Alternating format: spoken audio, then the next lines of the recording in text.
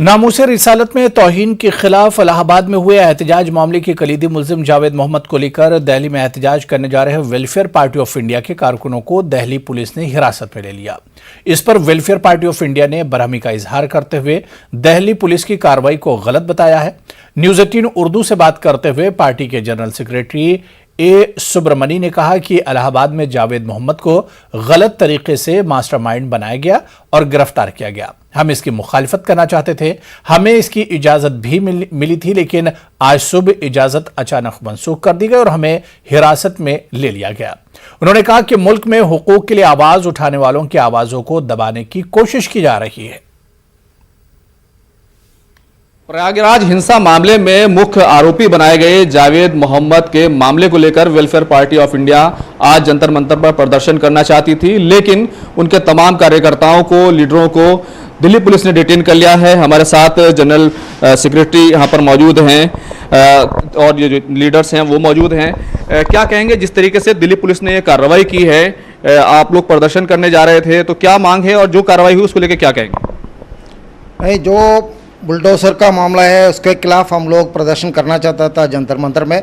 Police ने पहले वो परमिशन दे चुका है, फिर उसके बाद अभी आज सुबह उन्होंने वो इनकार कर दिया।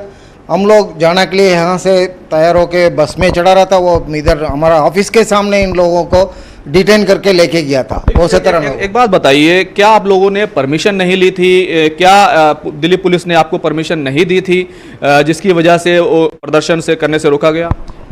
नहीं, पहले तो परमिशन दे चुका है, फिर उसके बाद आज सुबह वो अचानक से वो उन्होंने विथड्रॉ कर लिया।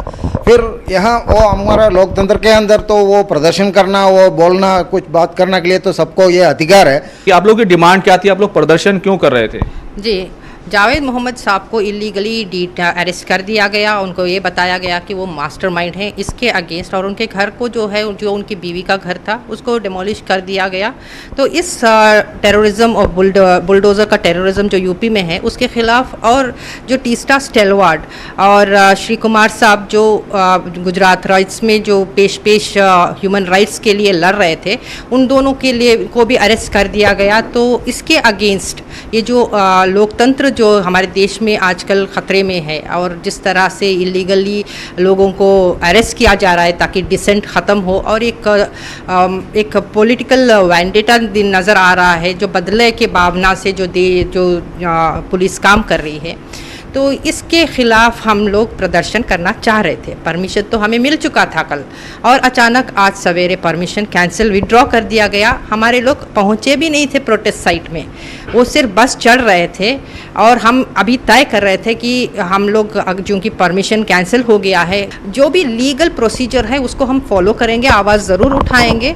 और हम अपील करते हैं जितने all the citizens of this country to please stand up to save the democracy of this country, to save the law and order in this country. आज हमारी बारी है तो कल आपकी भी बारी हो सकती है। तो सीधे तौर पर वेलफेयर पार्टी ऑफ इंडिया जो प्रदर्शन करना चाहती थी, उसके तमाम कार्यकर्ताओं को, नेताओं को डिटेन कर लिया गया है। कैमरामैन संजीव वर्मा के साथ खुर्रम शहजाद, न्यूज़ 18 दिल्ली।